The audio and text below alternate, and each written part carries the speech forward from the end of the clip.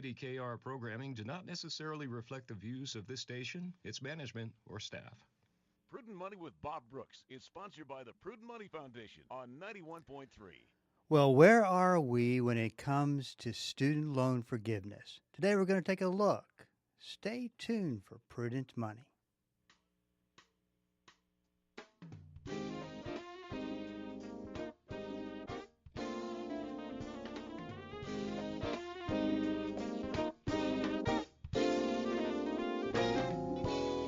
Good afternoon. This is Bob Brooks, and you are listening to the Prudent Money Radio Show. Thanks so much for joining me today. You know I do appreciate it. Well, the Trump administration has agreed to cancel student loan debt under programs that had partially blocked reopening a pathway to student loan forgiveness for millions of borrowers. John Hupalo is here with me today to let us know what his thoughts are on it. John, good to have you on the program. Bob, great to be back with you. Hope you're well.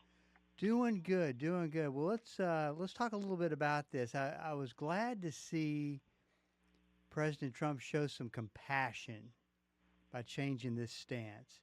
You know, it's interesting. So we talked so much about this.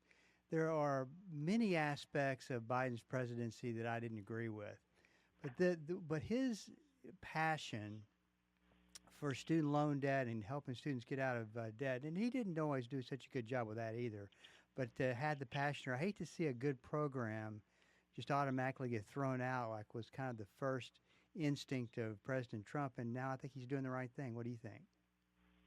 Oh, yeah, it's really interesting. What I think, Bob, is I need to go back and read the president's book, The Art of the Deal, or maybe I have to read it for the first time. And I'll tell you why. This has been a classic, absolutely classic pattern for the administration. And I'll use the tariff analogy, and then I'll tell you why I think it applies. So we come out and say we're going to have 100% tariffs or 80% tariffs, and then we go and we negotiate, and it goes down from 5 or 10 to 20, right? And so everyone says, oh, this is really great. We had a big victory, and it's not 80%, it's only 20%. Right, and the folks on the other side are saying, well, wait a minute, it just increased from 5 or 10 to 20, but okay, it's not 80, so victory has been had. Well, the president back in March, when he was having that daily signing ceremony in the Oval Office, executive order after executive order, Sure. signed one about student loan forgiveness, and he said that they were going to slow down the student loan forgiveness, like you say, kind of partially stop the processing of some of these applications, because they wanted to make sure that the borrowers were not working for an organization that wouldn't be what they considered to be not-for-profits and government organizations whose missions the administration disagreed with. So they want to kind of slow it down. And so they did that for a while, and then actually they stopped processing all those applications. And sure enough, the American Federation of Teachers popped up in August and sued the administration and said, well, wait a minute, you just can't take your time and decide who you like and who you don't like. We have 75,000 of these borrower applications on hold. There are another 1.3 million borrowers behind that. So you've got to do something. So August became October, and the administration and the American Federation of Teachers cut a deal.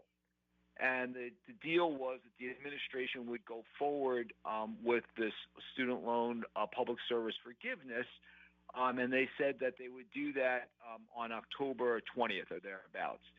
And then October 21 was going to be the date that was set when they notify all these borrowers. Well, don't you know that on October 27th, and these days it's just crazy how quickly this all comes out. On October 27th, they announced, the Department of Education said, they're going to start canceling student loan debt for certain borrowers. And then October 31, there was a release that said, well, they're going to do it for all the borrowers except those who might be working for employers that have substantial illegal purpose. And they defined all this, right? You're making my head hurt. Substantial illegal purpose, things like supporting undocumented immigrants or child abuse, which includes children seeking medical gender transformation, speech supporting terrorist violence or discriminatory ideas, and also potentially for violating state laws like trespassing, public nuisance, and disorderly conduct. So, again, it's really an interesting sort of progression, because when you read the commentary about this, someone wrote, oh, yeah, so the city of Los Angeles, let's just say that the city of Los Angeles has firemen and police officers and doctors and nurses working in the public hospitals. So if someone decides that that employer, the city of Los Angeles, is doing substantial illegal purposes, then all those borrowers working for that employer would not be eligible for public service loan forgiveness. So your premise at the start is exactly right. They kind of restarted, but the idea that there's some benevolence to it still remains to be seen, I guess is the best way to say that. Well, it's interesting, and you brought this up, that the way he negotiates, he doesn't really, he has a formula that he does over and over and over. He delivers the shock and awe. They get your attention, then he backs off.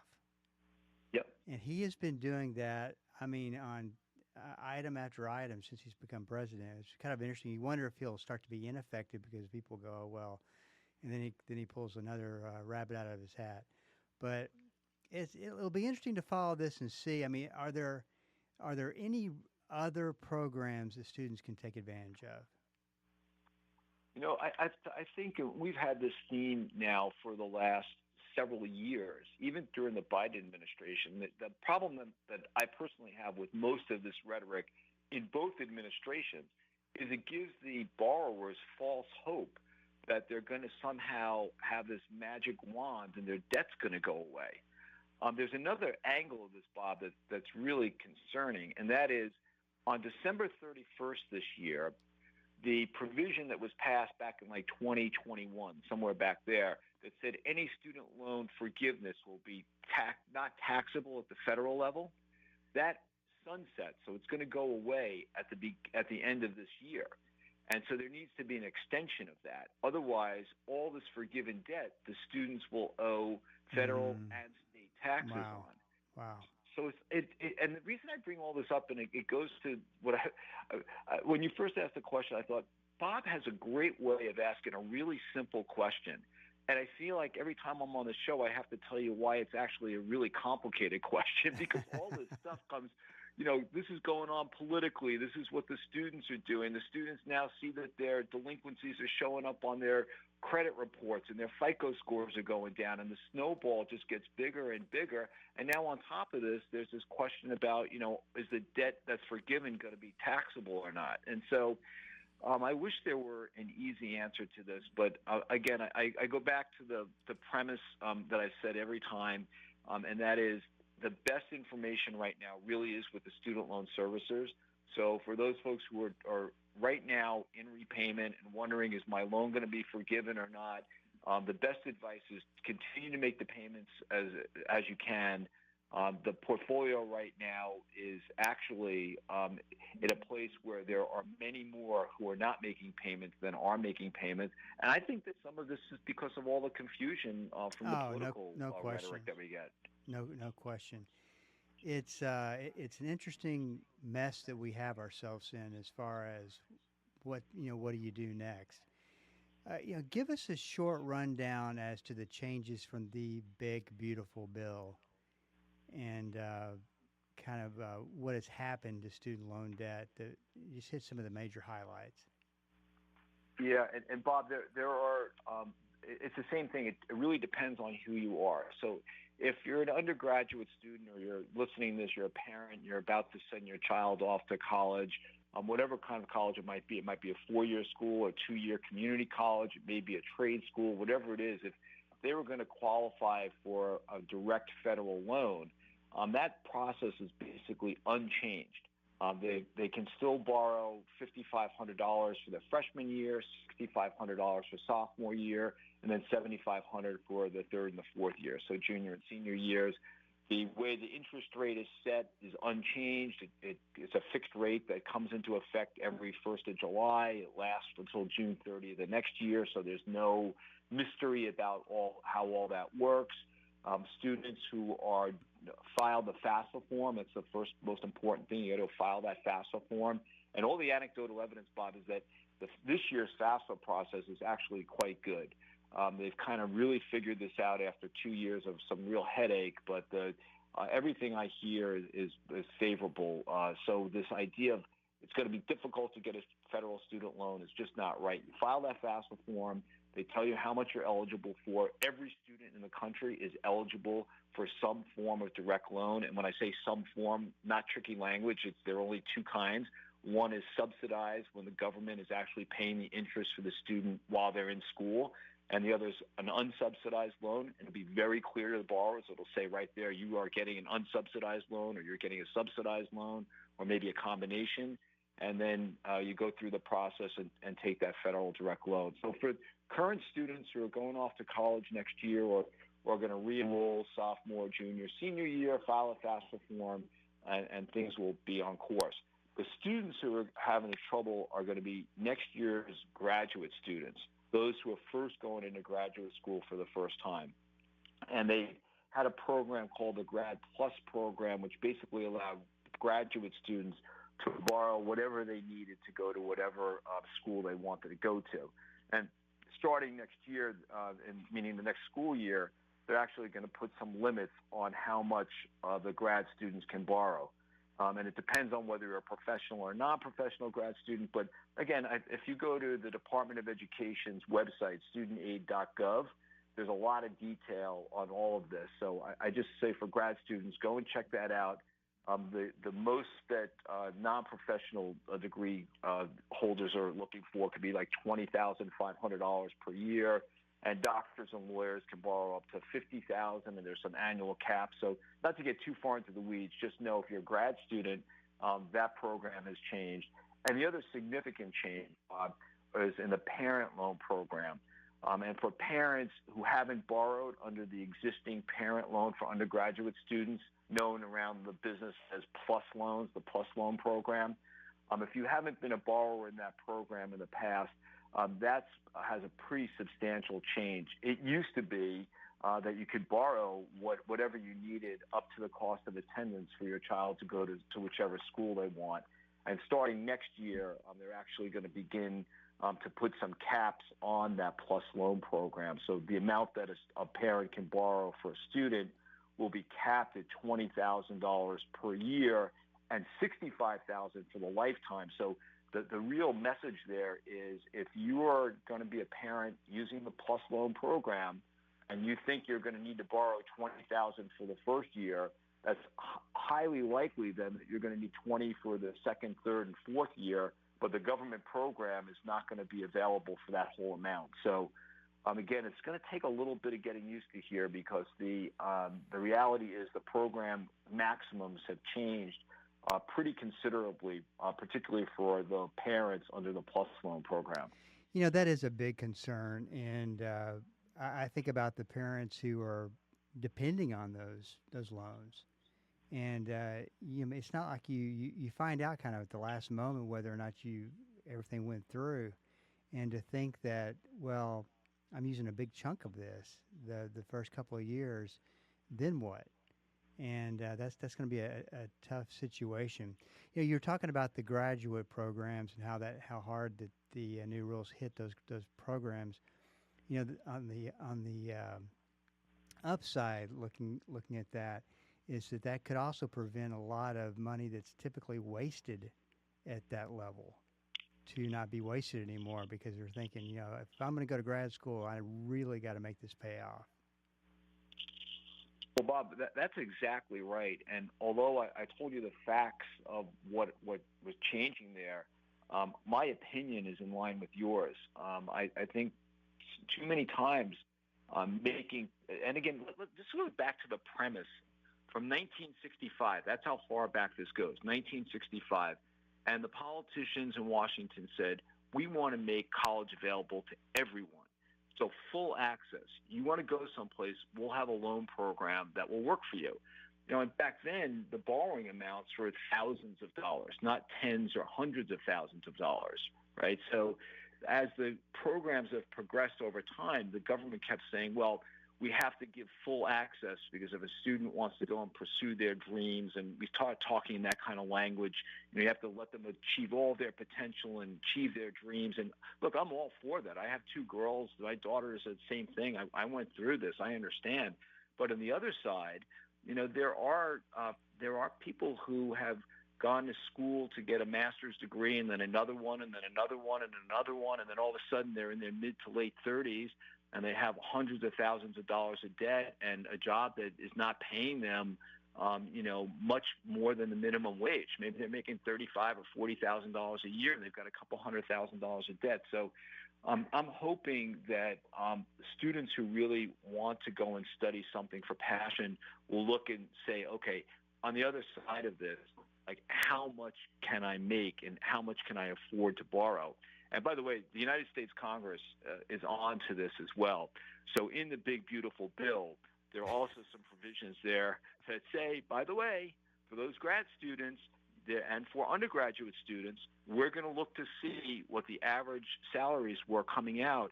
And if you didn't let your graduates into a position where they're making more than they would have made if they didn't get that degree, we're going to have a problem. And so we're going to have to see how that all plays out. But the Congress was very, and I think I'm going to say it this way, astute in saying that we've got two problems.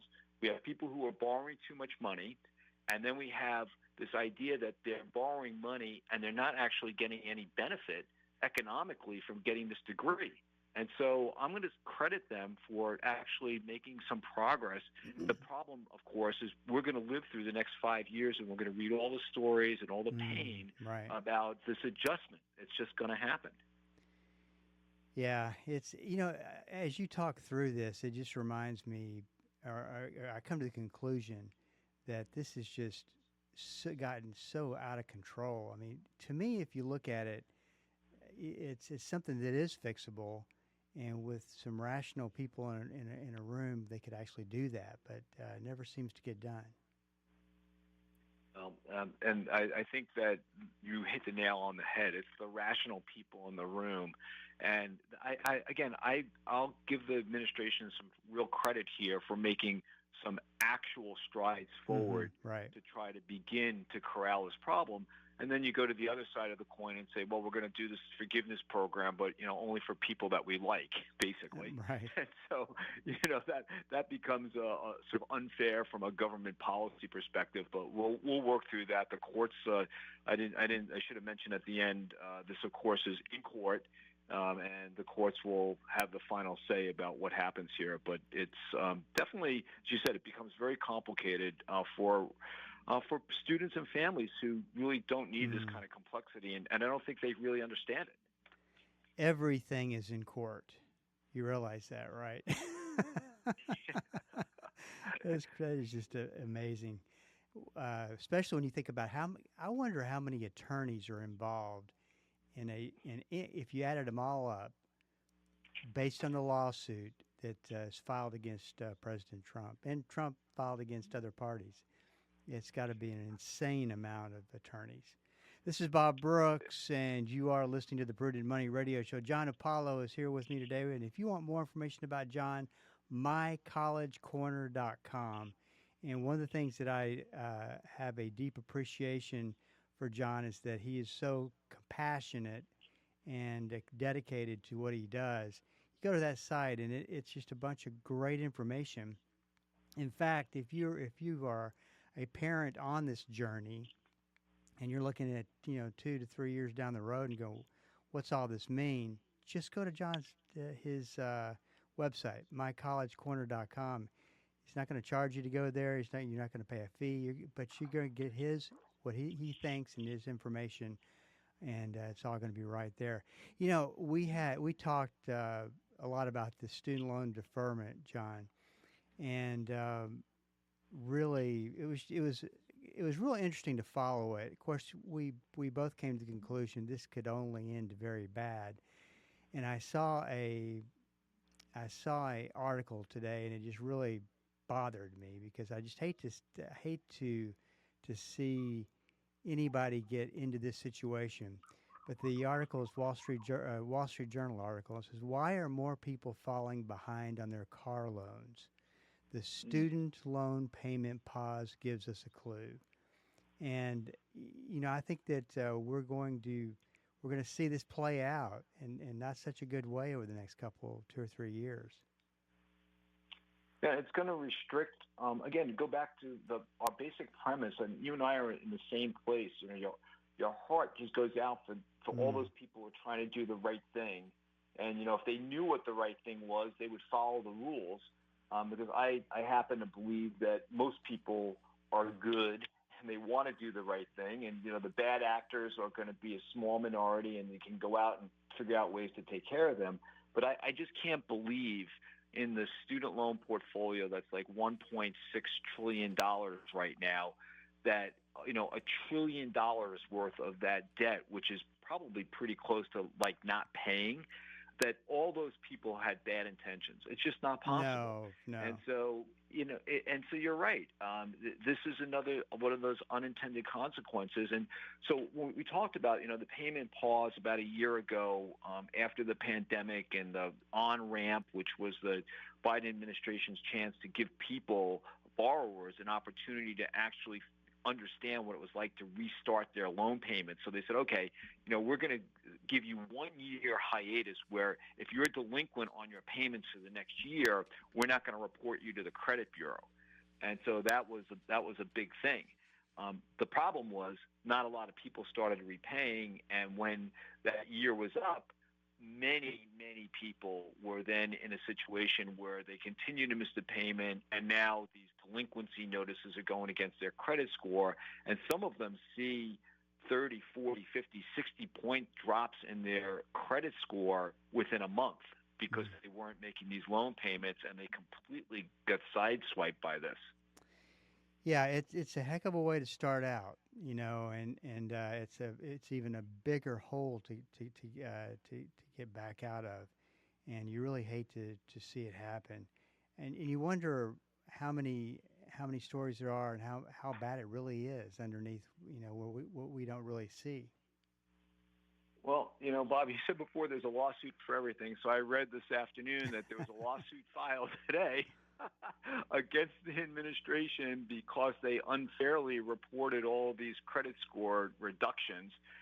This is actually filed by someone who used to work at the Department of Education in a very high-level job, but he and several others have gotten together and now have this class action lawsuit. So the lawyers in Washington have yet another case to hang their hat on both sides. But you're exactly right. It's really at a point now where I think that what can people do? What's the message here? Like, what's the right place to be? And to me, it's the same as always. If you're a borrower, make those payments. Don't count on some kind of loan forgiveness. If it happens, terrific. But if it doesn't, keep yourself steady. Make those payments. Keep your credit score high. And if you're a borrower next year or a grad student or whatever it is, understand the rules in advance.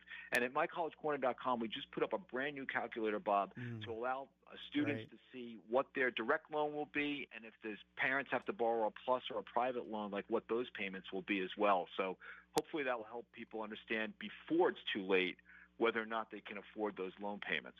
I was just going to say a little while ago, and I kept forgetting to say this, but even the thing that really irritates me, we're sitting at I believe it's $38 trillion worth of debt. $1 trillion, I mean, just to help out some, does not even move the needle as far as an impact. No, and so Bob, this goes back to right where we were just talking before you made that comment, and that is, I think it's really incumbent upon families to sit down and have a real conversation now and say, how much debt can we really afford? And let's try to minimize that to every dollar. Don't, just because the money's there for the borrowing, don't take it if you don't need it. Absolutely. Once again, the name of that website is mycollegecorner.com. And any new books or anything in the works? For me, Bob, no, because we're working really hard to make some new calculators and search engines and just put some regular content out there to help families in real time. So For right now, mycollegecorner.com, we put up an article every month. We're putting some new calculators and search engines up there. And at the turn of the year, we're actually trying to do something like everybody else with AI. So absolutely. we can talk a little bit about that. Well, hey, John, thanks for coming on. We'll talk to you next month. Look forward to it, Bob. Thank you. If you have a question for me, please go to the website at prudentmoney.com and send it in, because we are all out of time. Till we do meet again next time, keep the faith and have a great rest of the day.